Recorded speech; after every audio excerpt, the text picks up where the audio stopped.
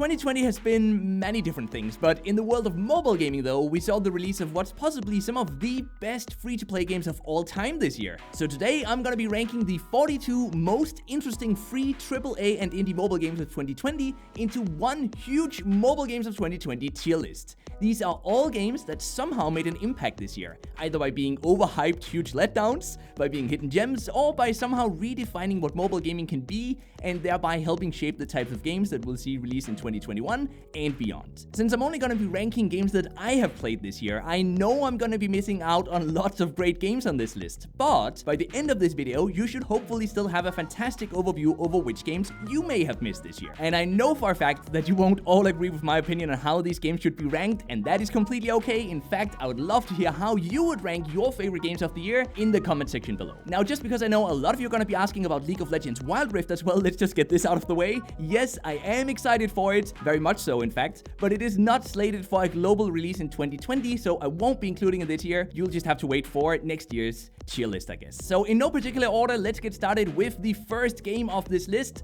Minmax Tinyverse, which was a very unique game, and especially in terms of its art style. It plays like a 1 vs 1 PvP game that mixes Clash Royale with MOBA gameplay. So that means we place heroes on 3 different lanes, but also trigger special abilities for our main hero. It's really just a fun game that had a decent monetization for this genre, at least when I played it. I also remember thinking that it was just the best Clash Royale alternative that I played in a while, so for that, I think it deserves a spot here in the A tier category. Next, we've got Battle Legion, which was one of the early releases of this year, and it's a real-time strategy game that plays a bit like Crash Arena Turbo Stars in the sense that we put together a team that then automatically fights other players' teams. It did get repetitive very quickly though, so I think I'll land this game here in the C tier, dragged down from the B tier by the monetization and the repetitiveness of the gameplay. Now, Klee, Spacetime Cleaners was another early release of this year, and one that very positively surprised me at least. It's a fun arcade shooter with fast-paced and truly hectic gameplay mixed with roguelite inspired progression. The monetization is also great, and it can be played while offline, so this is yet another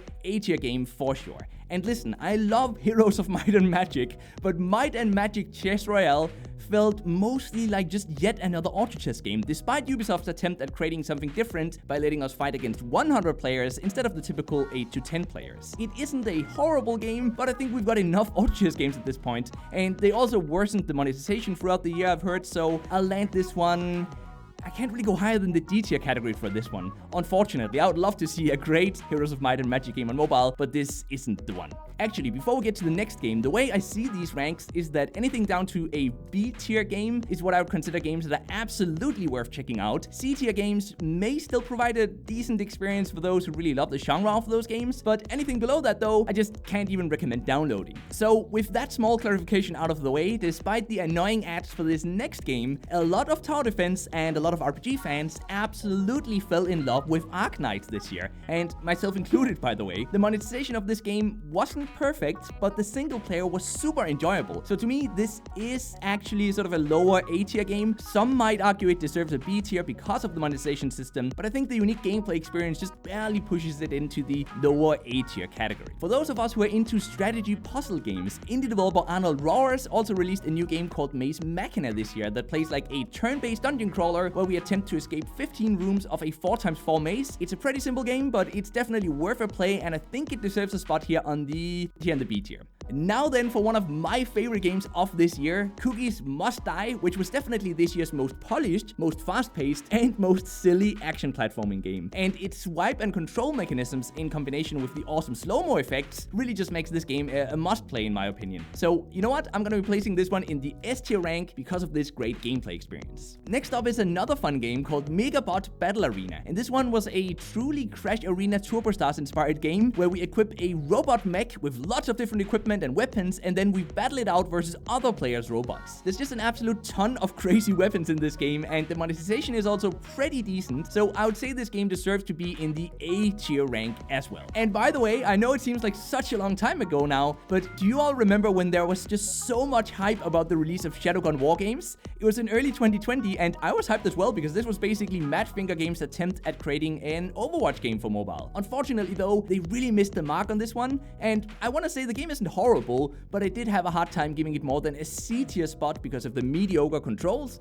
and the unfortunately shrinking player base. And talking about games that were overhyped this year, just think about the launch of Dragon Raya. Now that's a hype game, and initially a lot of people seem to really like it as well. From what I've been able to tell though, it has gone downhill in terms of the monetization lately. So honestly, this isn't a great game to get into for new players anymore, and I'll have to just throw it into the E tier rank, although it might make me very unpopular among the Dragon Raya player base. I'm sorry, and I think it could have easily risen to become a B or maybe even an A tier game if the developers had just treated the game differently. Now, for those who followed along here on the channel around February this year, you'll probably know just how much I love this next game called Cakeflight. It's a 4 vs 4 real-time PvP action game with Dragon Ball style mid-air combat, and it's definitely one of the most ambitious games of 2020, and frankly, it's also my favorite game of the year within this genre. So for me, this is a very clear S tier game that is not ruined by the monetization, unlike so many other PvP games on mobile. Next up is War Tortoise 2, which is an idle shooter with RPG-like progression systems, and it's actually one of the more unique idle games to have released this year. Its monetization system also isn't the worst, so I think this deserves a B tier spot. Now about this next game, Slash & Girl, I think it's actually the only traditional endless forward runner that caught my attention this year. It has a very nice unique art style, and once again, it mixes in awesome RPG progression systems, and it does it very well in my opinion. It is ultimately just another endless runner though, so I'll be putting this one here in the B tier row as well. Rocky Rampage is one of the few side-scrolling toss games, you know, in the vein of Burrito Bison or Learn to Fly, that has been releasing this year. It is very polished though, the art style is charming, and while there isn't a whole lot to the game, you kind of just have to get as far as you can, what is there is very enjoyable, and especially to those of us who played the heck out of these types of games during the Flash browser gaming days. So I would argue overall this is a high B tier game, but still in the B tier category though. And then for one of the games I've really been looking forward to talking about, called War Doh, and this was a bit of a weird release. It was essentially a Clash Royale clone that had a decent humor and a nice art style, and I think that lured a lot of us in, but the monetization was just completely garbage, and despite the many ads for this game, I don't think it ever really truly took off. So for that reason, this is an F tier game in my book, and it feels so great to finally be able to place that there and just say, hey, let's just forget about this game again. The 7 Deadly Sins Grand Cross though was actually a pretty neat team-based RPG release. It had great graphics, it had a decent story to play through, and a relatively generous gacha mechanic. Now, it did turn into kind of a huge grind later on though, but I'm still gonna be landing this one as a B tier game because the first many hours of gameplay are really great, and after that, you can always just stop if you feel like you're getting stuck at some point. After a bit of a delay, Teamfight Tactics, the League of Legends auto chess game, also released this year. This one was a bit late to the party though. It is well made, it had a perfect monetization, but it kinda lacked the features that made it feel truly made for mobile, like for example game modes that have shorter play sessions, which most other auto chess games added all the way back in 2019 or in early 2020 already. Unfortunately, the art style also made it somewhat difficult to really differentiate between the characters, at least in comparison to other auto chess games, so I think I'll have to push this one into the B tier because it's definitely a solid game, but this mobile version just needs a bit more updates and a bit more polish, and then I'm sure it's gonna be, rising up to the A tier category. Now, the third and maybe even the final installment in the Bullet Hell Monday series also released this year, called Bullet Hell Monday Finale, and it's a bit more approachable for newcomers than the predecessors were, but apart from that, it's mostly just more of the same great gameplay with a relaxing monetization system. This is such an easy game to rank because it's an absolute A tier game if you enjoy bullet hell shooters.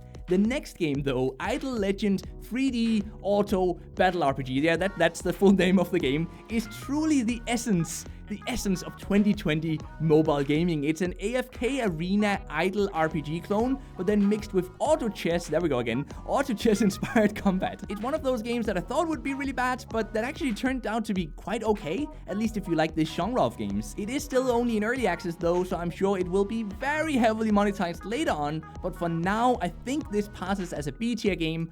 Once that monetization probably eventually kicks in, I would definitely lower it to a C or maybe even a D tier game. But for now though, you can go play it and it should give a pretty decent gameplay experience. And then, of course, we finally got GWENT on mobile as well this year. It's a super polished collectible card game. It has a decent monetization for this type of game, and it's just a really fun game to play. In my opinion, this is an easy S-tier game, and it's also currently my favorite CCG game as well. Next up, we've got Minimal Dungeon RPG, which is essentially the dungeon crawler RPG experience, but cut to the very, very core. It's super minimalistic, and I know some would argue that it's mostly just a clicker game, as we don't really have to make lots of meaningful RPG decisions, and while I don't disagree, I actually quite enjoyed the casual take on the genre, so in my book, this deserves a spot on this year's B-tier row. Now, if anyone ever told you that mobile games don't innovate, by the way, they should really just check out this next game called Gumslinger. It's a hilariously fun, silly ragdoll physics western-themed shooter. Yeah, there's a long description. That is what the game is, where we duel it out in 64-player tournaments of 1 versus 1 last man standing fights. It is not real-time multiplayer, but it is still fun in short bursts, even though it does grow a bit repetitive over time, but still, I would argue that it should land here in the B-tier row. And then, of course, 2020 was also the year where Sky Children of the Light finally released on Android, which means it now qualifies as having fully released on mobile. And honestly, guys, if you haven't played it yet, just go play it. I'm not even gonna say a whole lot more about it. It's an amazing experience, and it easily deserves a spot here in the S-tier ranks. But from S-tier to F-tier though, Game of Thrones, beyond the something wall, took the worst elements from turn-based RPG gacha games and somehow figured out how to make it even worse without adding anything of interest. Not even the graphics or animations are interesting. I truly cannot recommend this game to anyone, but it did receive a lot of hype though when it was released, so that's why I did have to include it here on the list, but we're gonna put it all the way down here in the F-tier category. Next though, we've got Melvor Idle, which is a cross-platform browser, PC, and mobile incremental idle RPG very heavily inspired by RuneScape's progression system. It's a really great game for any RuneScape and idle game fan, and its indie developer is super active as well, with new updates releasing monthly and sometimes even bi-weekly. With just a single $4.99 in-app purchase to remove all ads from the game, the monetization is also very relaxed, so again, this is an easy A-tier game. Now, Cut the Rope developer Septolab also released their take on the Battle Royale genre this year through Bullet Echo. And oh my, we've had so many Battle Royale games at this point, kind of just like with the Autochess games, but this game is a bit different. It's a top-down tactical PvP shooter. It's fun, but it does lack a larger player base, and the monetization is a bit so-so at this point. I think this is, and it really hurts me to say, I think this is a C-tier game, but it could have easily been a B-tier or an A-tier game if it had more players and more content, so it's just a bit of a shame really. Now the next game, Endurance, is actually a prequel to the popular indie game from 2019 called Ailment, and it's a challenging action dungeon crawler RPG shooter game. I did actually have a great time playing Endurance, but you do absolutely end up backtracking a lot in this game to enter previously locked doors, and that can get a bit frustrating. On the other hand, it is also these systems that add a bit of adventure feel to the game, so I think I'm gonna land this one in the B-tier row, although some would probably argue that it deserves an A-tier spot. But now then, for what is possibly the surprise of the year, Harry Potter Puzzles and Spells, which I thought would be just an absolute mess of a game, but that actually turned out to be a great game, and especially because of its club guild system, where we get to compete together with 29 other wizards against 19 clubs to earn the most points each week. Now, unfortunately though, the game is hindered by its own monetization system that includes both an energy system and in-app purchases that make it very easy to complete a puzzle if you spend real-life money. So that puts this game in this weird situation where the core gameplay is definitely A-tier, and I think you might actually really like it if you're a Harry Potter fan, but the monetization brings this down to an overall C-tier experience. Now, if we just look at the games we've already ranked, it has definitely been a trend this year to mix idle games with all sorts of other popular genres, and Epic Monster Tower Defense is just yet another example of that. It's a unique mix of a tower defense game, an RPG game, and an idle game where we unlock powerful monsters, we place them as towers on the map, and then we defeat endless waves of enemies. There's just a lot of min-maxing in this game, and you'll play for tens, if not hundreds of hours before you unlock everything. The many in-app purchases in this game are definitely super expensive, probably too expensive, but then again, I didn't have any issues playing as a free player and enjoying the game, and so because of its uniqueness, because of the insane progression depth, I'm gonna have to land this one as a B-tier ranked game. And now for a game I can't even believe I found this year, because it currently sits at only 5,000 downloads, so it's really a hidden gem. It's an awesome retro-inspired arcade action game game called METBOY, and this is an absolute must-play if you're into these arcade-like experiences. It's an easy A-tier game, and it's just super challenging to complete if you do decide to get into it. For this next one, by the way, just hear me out here. We all know it wouldn't really be 2020 without some indie developer out there making a game that makes fun of all those horrible pull-the-pen mobile game advertisements. And as it turns out, someone actually did with the game called Hero Rescue. This is absolutely the most 2020 game of 2020, but I'll have to land it as a C-tier game because it really doesn't have a lot of challenge to it, which means almost all levels can just be completed in a single try, and because, kinda ironically, there are lots of ads in this game if you don't buy the $2.99 in-app purchase to remove them. But honestly though, this game really should receive the Parody Game of the Year gold medal, A+ for effort for this indie developer. Next up is Drake and Trap, which I want to give some points for trying something new by mixing dungeon crawler RPG gameplay, which we've seen a lot, even on this list already. You've seen and heard about lots of those games, but it mixes that with the ability to spawn new Hellfire heroes by spending mana that restores over time as we play the game. The level design is actually decently interesting as well, with many of the 500 levels having an almost puzzle-like feel to them. The monetization system absolutely allows us to pay to progress faster though,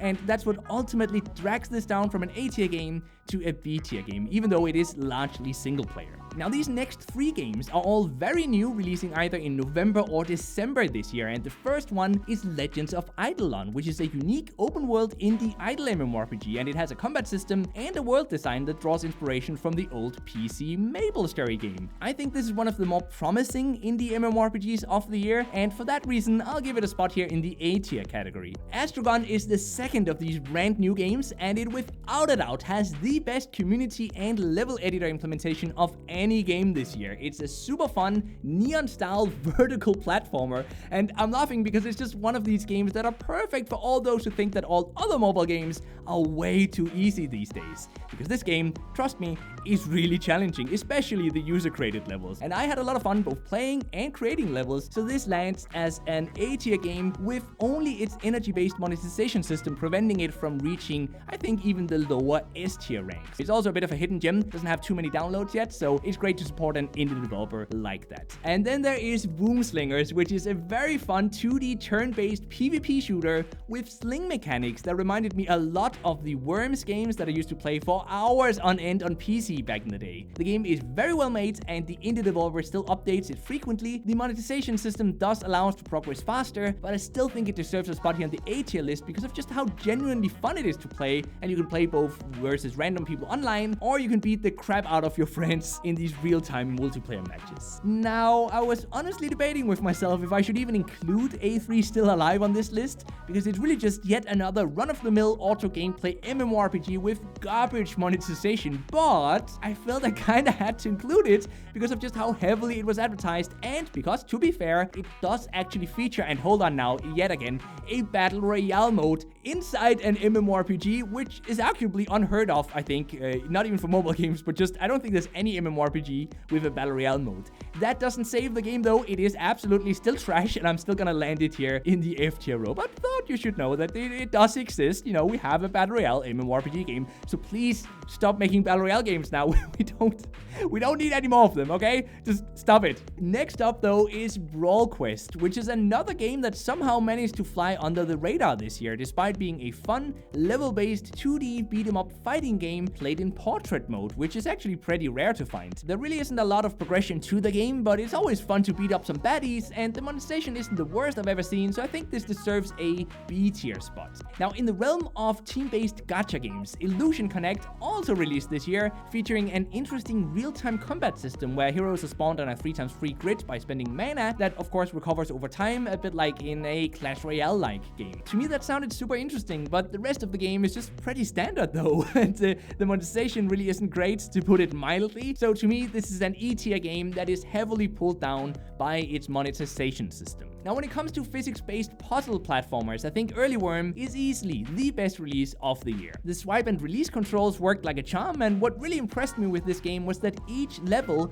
felt like a unique game on its own, with new mechanics and new level designs constantly keeping things fresh. So Early Worm absolutely deserves a spot among the other A-tier games. Hellfire is next on the list, and it's an awesome multiplayer arena first-person shooter that draws inspiration from games like Quake 3 and Unreal Tournament. And I really would like to see this great foundation further developed, but as it stands right now, the indie developer just isn't making enough money from the game to continue the development. And it is really just such a shame, because this could easily have been an A-tier or heck even an S-tier game. But judged based on what's there right now, I'll have to put this in the lower B-tier though, because it needs more content and it needs more players. But do go check it out if you have someone to play with though, because it does allow you to create friendly matches of either 2 players or even 4 players. Alright, now I never thought I would actually see this, but 9 years after the release of the first Fruit Ninja game, which was possibly one of its time's most iconic mobile games, Half-Brick Studios, the developers of that game, decided to release a follow-up this year. And the weird thing is that it truly feels like as if they wanted to remake the exact same game,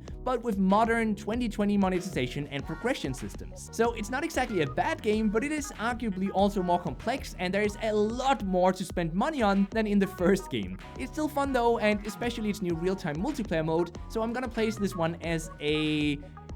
No, I can't really give this more than a C tier. This is gonna be a C tier game. And then, of course, there would be no 2020 mobile games list without also mentioning Genshin Impact. I think it's safe to say that this game truly split the mobile gaming community this year, with some loving its Legend of Zelda Breath of the Wild inspired gameplay, while others, for example, disliking the gacha mechanics. So I know that 50% of you guys will disagree with what I'm about to say, but I do think Genshin Impact deserves an S tier slot just for the sheer quality of the game, both in terms of gameplay and art style, and because the monetization model doesn't ruin the gameplay for us free players, since the game is heavily single player focused, and you can also complete it as a free player. And there we go, we've listed all the most impactful free-to-play mobile game releases of 2020 that I've played into this awesome mobile gaming tier list. If you like mobile gaming just as much as I do, then be sure to subscribe and hit that notification bell if you haven't already, because I've got lots of mobile gaming goodness coming out in 2021. So I hope to see you there, and in the meantime, just keep gaming, stay awesome, and I'll see you guys around. Next up though, mechanisms.